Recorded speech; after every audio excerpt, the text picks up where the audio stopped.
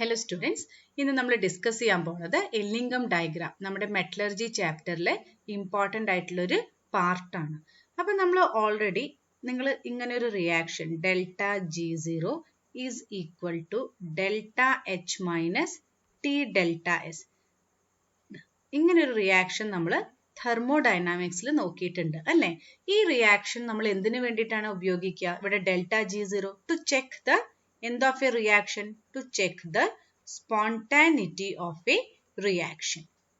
Spontaneity of a reaction. So, ഈ reaction accordingly നമുക്ക് delta G യുടെ value, delta G naught ന്റെ value നമുക്ക് 0 ആണ് കിട്ടുന്നത്. We consider that the reaction is at എന്താണ്?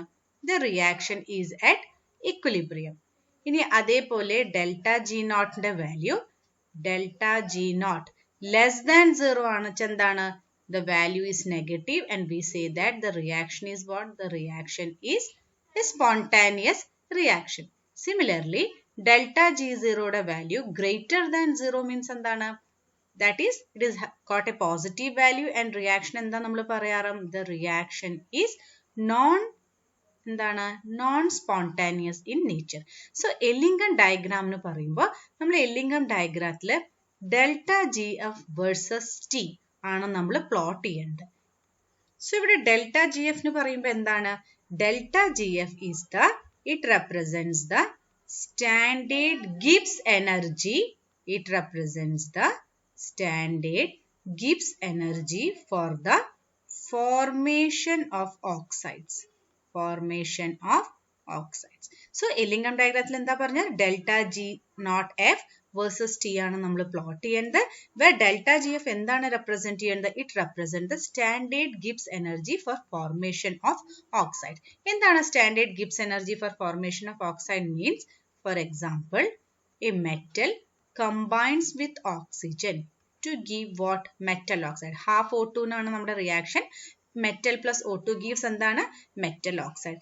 ഇവിടെ ഈ metal oxideൽ വരുന്ന energy change, the energy change during this process, നമ്മുടെ മെറ്റൽ ഓക്സൈഡ് ആയി മാറാൻ വേണ്ടിയിട്ടുള്ള എനർജി ചേഞ്ചിനെയാണ് നമ്മൾ എന്തായിട്ട് റെപ്രസെന്റ് ചെയ്യുന്നത്? ഡെൽറ്റ GF ആയിട്ട് റെപ്രസെന്റ് ചെയ്യുന്നത്. സോ നമ്മുടെ എല്ലിംഗം ഡയഗ്രാത്തിൽ എന്താ നമ്മൾ പറഞ്ഞത്?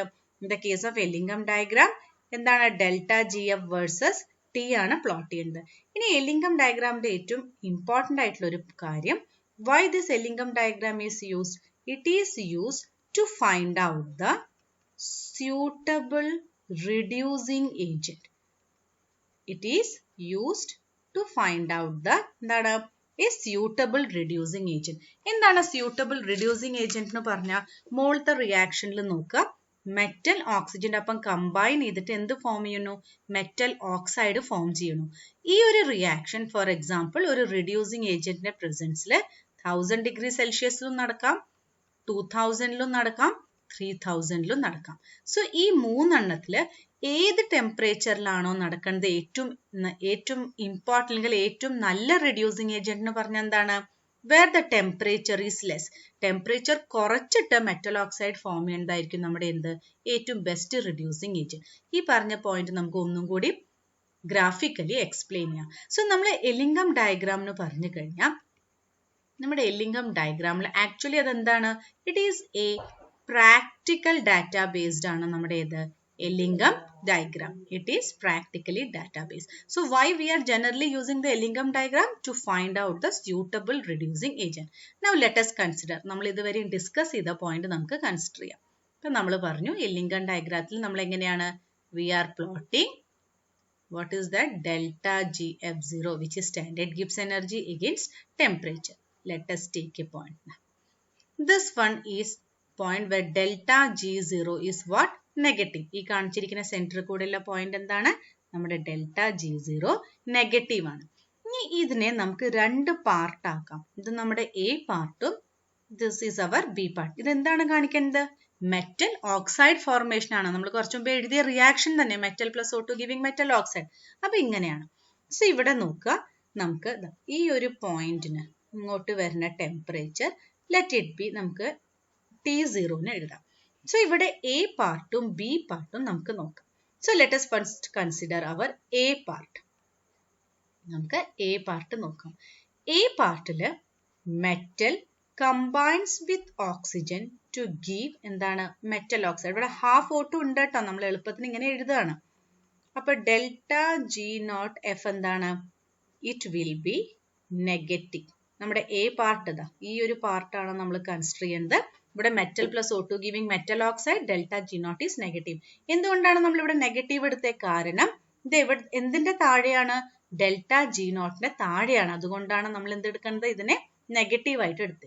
ഇനി ഇതിന്റെ തന്നെ നമ്മുടെ എ പാർട്ടിന്റെ തന്നെ റിവേഴ്സ് റിയാക്ഷൻ എടുക്കുക. That is decomposition of metal oxide ഇല്ലെങ്കിൽ ഡിസോസിയേഷൻ ഓഫ് മെറ്റൽ ഓക്സൈഡ്. അപ്പൊ ഇതിന്റെ റിവേഴ്സ് റിയാക്ഷൻ എന്തായിരിക്കും? മെറ്റൽ ഓക്സൈഡ് എന്തായി മാറും? മെറ്റൽ പ്ലസ് O2 ആവും. അപ്പൊ ഇവിടെ ഡെൽറ്റ ജി എഫ് എന്താണ്? Delta G F will be positive. So first കേസിൽ എന്താണ്? Metal plus O2 giving metal oxide, delta G F negative. ഈ റിയാക്ഷൻ റിവേഴ്സ് ചെയ്ത് എഴുതി കഴിഞ്ഞാൽ എന്തായിരിക്കും? ഡെൽറ്റ ജി നോട്ട് എഫിന്റെ വാല്യൂ എന്താണ്? പോസിറ്റീവ് ആയിരിക്കും. കാരണം എന്താണ്? നമ്മൾ തെർമോഡൈനാമിക്സിന്റെ ഒരു പ്രിൻസിപ്പിൾ ആണ്, റിയാക്ഷൻ റിവേഴ്സ് ചെയ്ത് കഴിഞ്ഞാൽ എന്ത് സംഭവിക്കും? ഡെൽറ്റ ജി എഫിന്റെ sign also gets reversed. So അതുകൊണ്ടാണ് നമ്മുടെ സെക്കൻഡ് റിയാക്ഷൻ എഴുതുമ്പോൾ നമ്മൾ എന്തെഴുതുന്നത്? Delta G F not equal to positive. ഇനി ഇവിടെ നോക്കുക, ഡെൽറ്റ ജി എഫ് നോട്ട് പോസിറ്റീവിന് പറഞ്ഞു കഴിഞ്ഞാൽ എന്താണ്? ഇത് പോസിറ്റീവ് പറഞ്ഞാൽ അതിന്റെ വാല്യൂ എന്തായിരിക്കും? ഗ്രേറ്റർ ദാൻ 0 ആണ് അല്ലേ? സോ ഡെൽറ്റ ജി എഫിന്റെ വാല്യൂ ഗ്രേറ്റർ എന്ന് പറഞ്ഞു കഴിഞ്ഞാൽ റിയാക്ഷൻ എന്ത് റിയാക്ഷൻ ആയിരിക്കും? റിയാക്ഷൻ നോൺ സ്പോണ്ടാനിയസ് ആണ്. നമ്മൾ തെർമോഡൈനാമിക്സിൽ ആദ്യം തന്നെ ഡിസ്കസ് ചെയ്തു.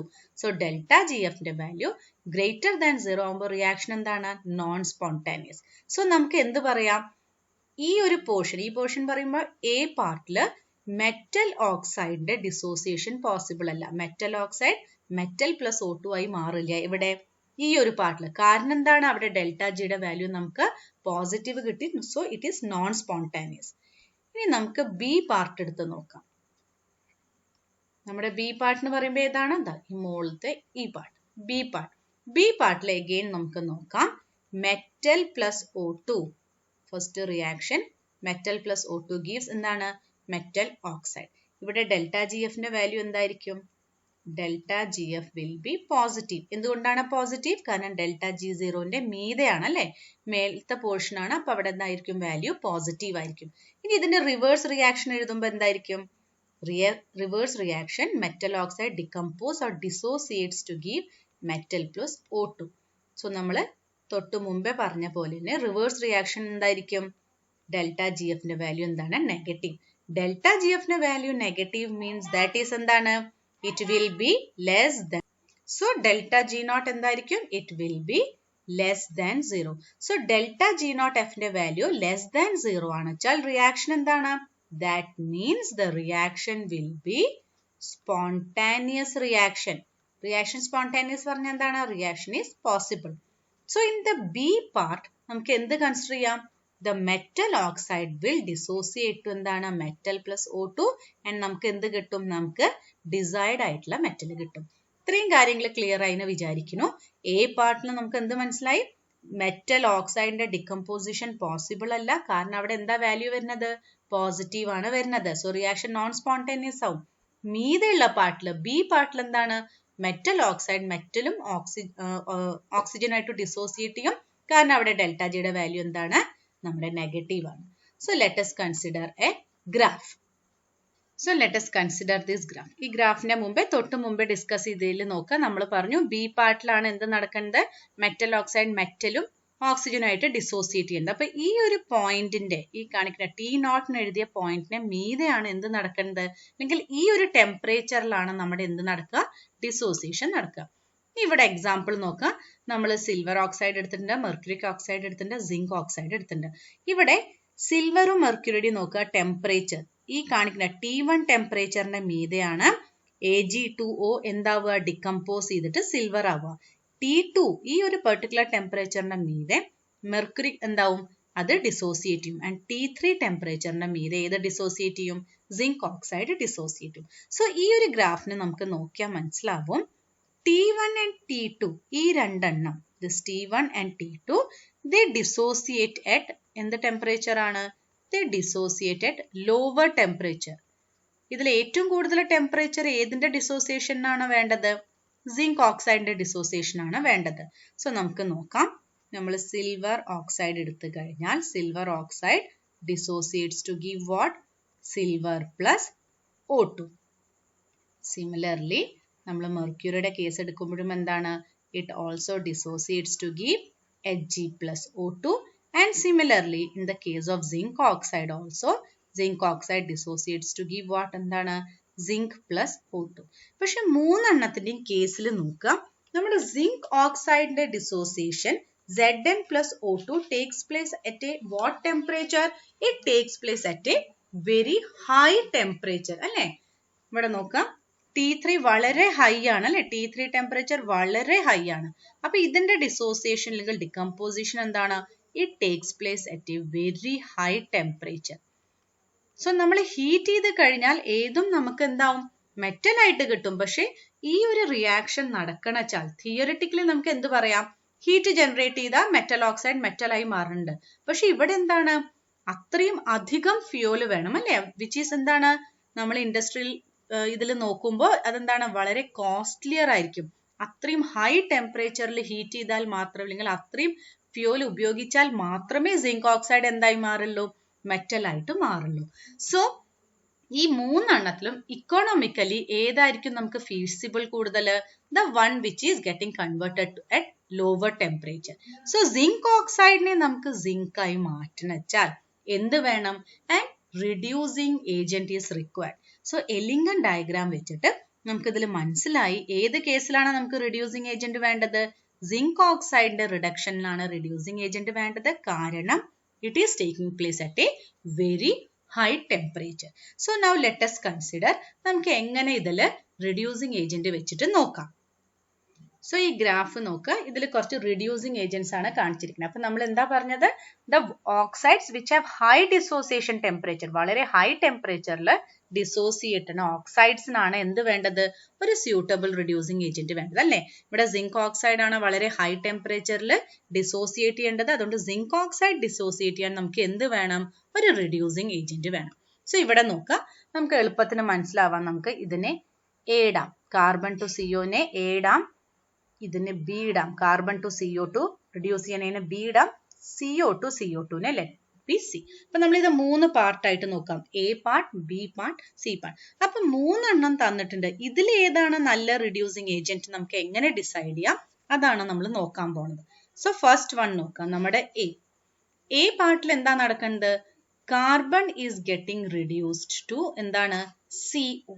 സോ നമ്മൾ ഈ റിയാക്ഷൻ എഴുതുമ്പോൾ നമുക്ക് എങ്ങനെ എഴുതാം? Carbon solid plus O2 gas, half O2 അല്ലേ? ഗീവ്സ് എന്താണ്? നമ്മുടെ CO ഗ്യാസ്.